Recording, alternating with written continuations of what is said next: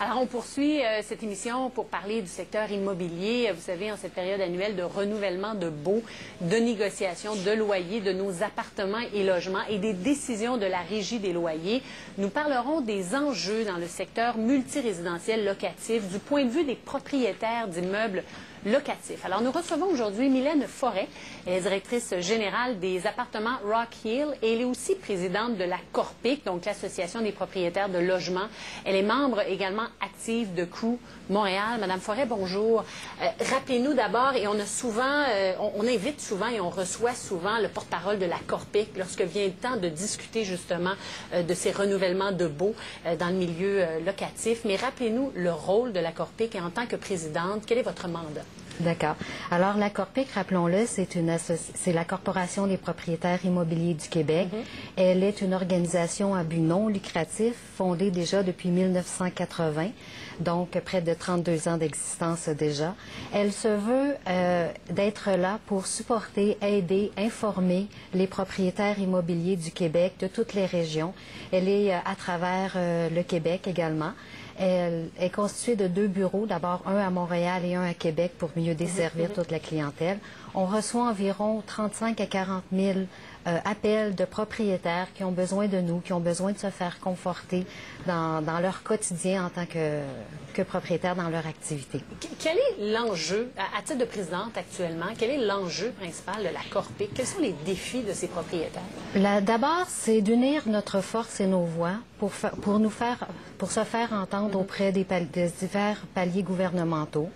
Le marché de l'immobilier a énormément évolué au cours des dernières années. Les locataires ont changé la vision, ils sont beaucoup plus informés de leurs droits et de tout ça. Alors, les propriétaires, on doit s'ajuster, on doit aussi s'améliorer et on est là pour informer, donner de l'information à tous ces gens-là. Et vous êtes présidente depuis quand? Depuis avril 2011, mais je suis membre du conseil d'administration déjà depuis 2002. Bon, vous êtes également membre de l'organisation Crew. On reçoit fréquemment des membres de cette organisation-là, mais rappelez-nous essentiellement qui sont les membres de Crew? Ce sont des femmes qui sont très actives et impliquées dans le monde de l'immobilier. Un monde d'hommes, rappelons-le.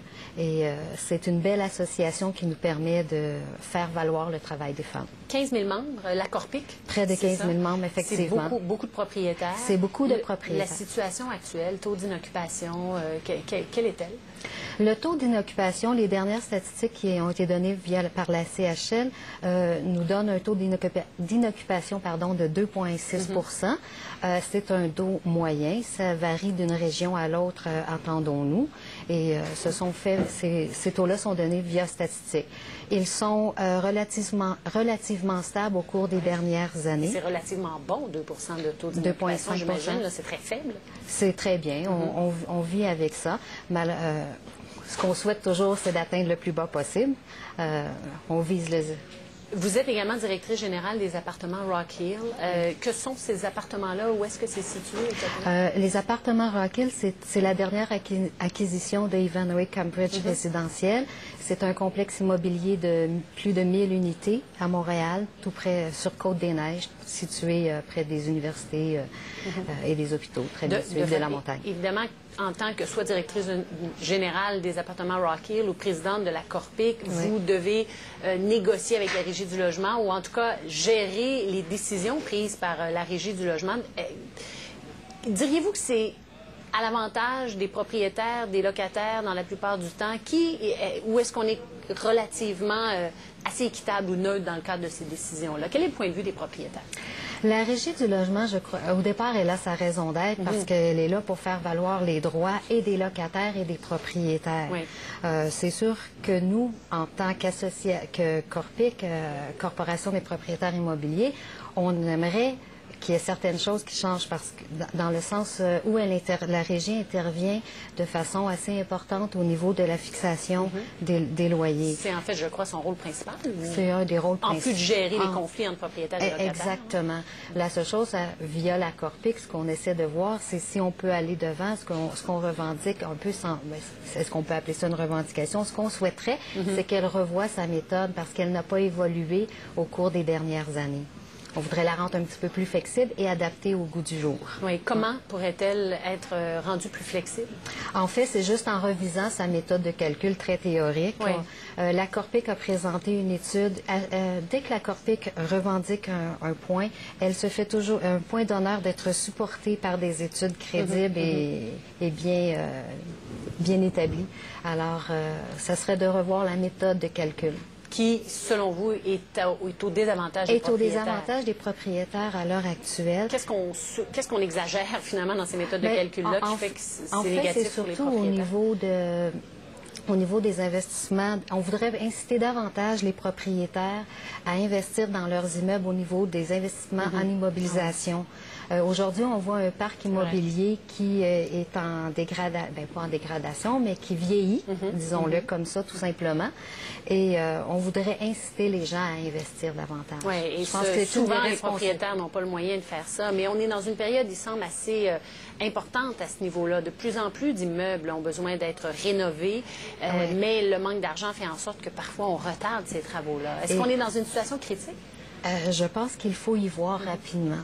Très rapidement, sans être critique. Il y a des organisations, des propriétaires, des grandes sociétés qui ont les moyens, mais si on parle aux plus petits propriétaires, aux moyens propriétaires qui n'ont pas les moyens, il faudrait les aider. Oui, reste que dans l'ensemble, vous bénéficiez quand même d'un taux, l'ensemble des propriétaires bénéficient, je pense, de façon générale, de taux d'inoccupation assez faible, vous l'avez dit tout à l'heure. Oui. Et donc, en conséquence, j'imagine que les prix sont relativement élevés parce que c'est une question d'offre et de demande, mais c'est pas suffisant pour réussir à réinvestir dans ces immeubles-là?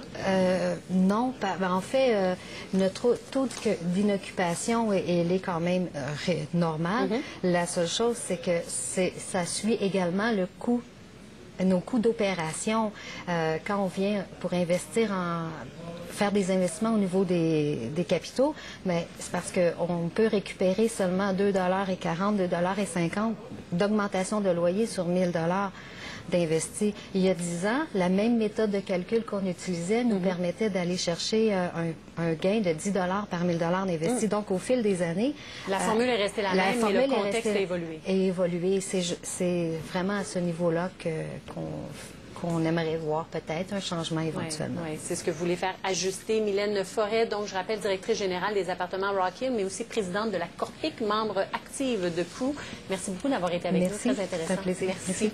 Restez avec nous. On poursuit tout de suite après la pause. On parle du gala Voir Grand Point TV, en fait, de ce concours, une nouvelle entreprise qu'on vous présente.